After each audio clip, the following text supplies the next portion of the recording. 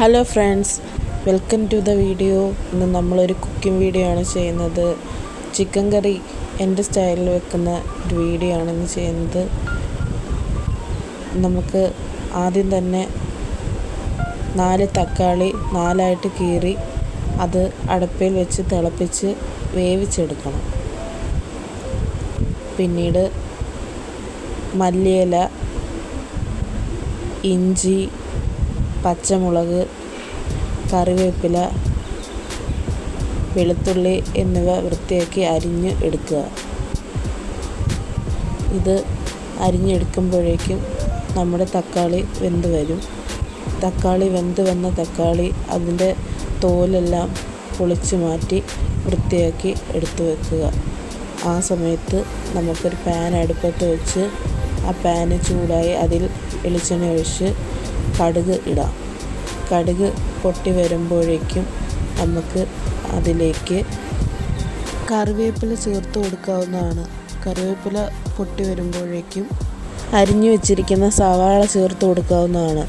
സവാള നല്ലപോലെ വഴണ്ട് വരുന്നവരെ ഇളക്കി കൊടുക്കുക. ഈ സവാളയിലേക്ക് പെട്ടെന്ന് വഴണ്ട് വരാൻ വേണ്ടി നമ്മൾ കുറച്ച് ഉപ്പ് ചേർത്ത് കൊടുക്കുന്നുണ്ട്. അത് ഇതിനകത്ത് ജലാംശം പെട്ടെന്ന് പോകാനും പെട്ടെന്ന് ഉള്ളി വഴണ്ട് വരാനും സഹായിക്കും.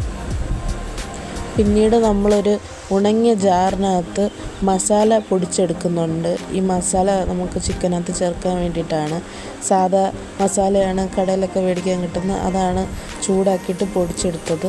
പിന്നീട് അതേ ജാറിൽ തന്നെ നമ്മൾ തക്കാളി ചേർത്ത് കൊടുക്കുന്നുണ്ട്. നേരത്തെ വേവിച്ച് വെച്ചിരുന്നത് തൊലി കളഞ്ഞെടുത്ത തക്കാളി 4 തക്കാളിയാണ് നമ്മൾ എടുത്തത്. അത് ഇതിന് ആവശ്യമായിട്ട് ഉള്ളതാണ്. അത്രയും തക്കാളി വേണം നമുക്ക്. പിന്നീട് അതിലേക്ക് 3 പച്ചമുളക് ചേർക്കുന്നുണ്ട്. പിന്നീട് ഇഞ്ചി ചേർത്ത് കൊടുക്കുന്നുണ്ട്. ഇഞ്ചി ചേർത്തതിന് ശേഷം നമ്മളിതിലേക്ക് വെളുത്തുള്ളിയാണ് ചേർത്ത് കൊടുക്കുന്നത്. വെളുത്തുള്ളി ചേർത്തതിന് ശേഷം നമ്മൾ ഇതിലേക്ക് കറിവേപ്പില ചേർത്ത് കൊടുക്കുന്നുണ്ട്. കറിവേപ്പിലയും ചേർത്തതിന് ശേഷം നമുക്കിതിലേക്ക് മല്ലിയില ചേർത്ത് കൊടുക്കാവുന്നതാണ്.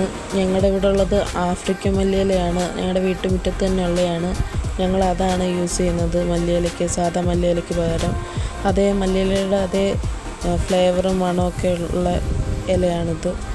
ആഫ്രിക്കൻ മല്ലിയില എന്നാണ് ഇതിന് പറയുന്നത്. ഗൂഗിളിലൊക്കെ അടിച്ച് നോക്കുമ്പോഴും അങ്ങനെ തന്നെയാണ് ഇതിൻ്റെ പേര്. പിന്നെ ഇതെല്ലാം കൂടെ ഒരുമിച്ച് അടിച്ച് പേസ്റ്റാക്കി നമ്മളിപ്പോൾ എടുത്തിട്ടുണ്ട്. അങ്ങനെ കിട്ടിയിട്ടുണ്ട്. ഇപ്പോൾ ഇവിടെ നമ്മൾ ഉള്ളി വഴറ്റിയിരുന്ന പാത്രം ചെറുതായിട്ട് മാറിയിട്ടുണ്ട്. അതുപോലെ തന്നെ ഗ്യാസ് അടുപ്പിൽ നിന്ന് വിറകടുപ്പിലേക്ക് നമ്മുടെ വഴറ്റിയ ഉള്ളിക്ക് സ്ഥാനക്കയറ്റം കിട്ടിയിട്ടുണ്ട്. അങ്ങനെ നമ്മൾ ഉള്ളി ഏകദേശം വഴറ്റിയെടുത്തിട്ടുണ്ട്. ഇതിലേക്ക് പിന്നെ മഞ്ഞൾപ്പൊടി ചേർത്ത് കൊടുക്കുന്നുണ്ട്. മഞ്ഞൾപ്പൊടി ചേർത്ത് നല്ലപോലെ ഇളക്കി മിക്സാക്കി എടുക്കുക. പിന്നീട് നമ്മൾ ഇതിലേക്ക് ഉലുവാപ്പൊടി ചേർത്ത് കൊടുക്കുന്നുണ്ട്. ഉലുവാപ്പൊടി ചേർത്ത് നല്ലപോലെ ഇളക്കിയ ശേഷം നമ്മൾ മുളക് പൊടിയാണ് ചേർത്ത് കൊടുക്കുന്നത്. കാശ്മീരി മുളക് പൊടിയാണ്. അത് നല്ലപോലെ ചേർത്ത് മിക്സാക്കുക. ഈ സമയത്ത് തീ കുറച്ച് വേണം ഇടാൻ, അല്ലെങ്കിൽ പൊടികളെല്ലാം കരിഞ്ഞു പോകും. മുളക് പൊടി നല്ലപോലെ മിക്സാക്കി എടുക്കുക, അടുക്കി പിടിക്കാതെ. എന്നിട്ട് പിന്നീട് നമ്മളിതിലേക്ക് മല്ലിപ്പൊടി ചേർത്ത് കൊടുക്കുക. മല്ലിപ്പൊടി ചേർത്ത് കൊടുത്ത് ഇതിൻ്റെ പൊടികളുടെ എല്ലാം പച്ചമണം മാറുന്നവരെ നല്ലപോലെ ഇളക്കി കൊടുക്കുക. പിന്നീട് നമുക്കിതിലേക്ക് മിക്സിയിൽ അരച്ചു വെച്ചിരുന്ന അരപ്പ് ചേർത്ത് കൊടുക്കാവുന്നതാണ്. അത് ചേർത്ത് കൊടുത്ത് നല്ലപോലെ ഇളക്കി കൊടുക്കുക. ഈ അരപ്പ് ചേർത്ത് കൊടുക്കുമ്പോഴത്തേനും ഇതൊരു തിക്ക് പേസ്റ്റായിട്ട് വരും. ആ ടൈമിൽ നമ്മൾ നല്ലപോലെ ഇളക്കി കൊടുക്കണം, അടുക്കി പിടിക്കാതെ നോക്കണം. പിന്നീട് നമുക്ക് ഇതിലേക്ക് ആവശ്യത്തിന് വെള്ളം ചേർത്ത് കൊടുക്കാവുന്നതാണ്. വെള്ളം ചേർത്ത് നല്ലപോലെ തിളപ്പിച്ചെടുക്കുക. അരപ്പ് നല്ലപോലെ തിളച്ച് വന്നു കഴിഞ്ഞാൽ കഴുകി വൃത്തിയാക്കി വെച്ചിരിക്കുന്ന ചിക്കൻ നമുക്ക് ഇതിലേക്ക് ചേർത്ത് കൊടുക്കാവുന്നതാണ്. അത് ചേർത്ത് കൊടുത്ത് നല്ലപോലെ ചിക്കൻ വേവിച്ചെടുക്കുക.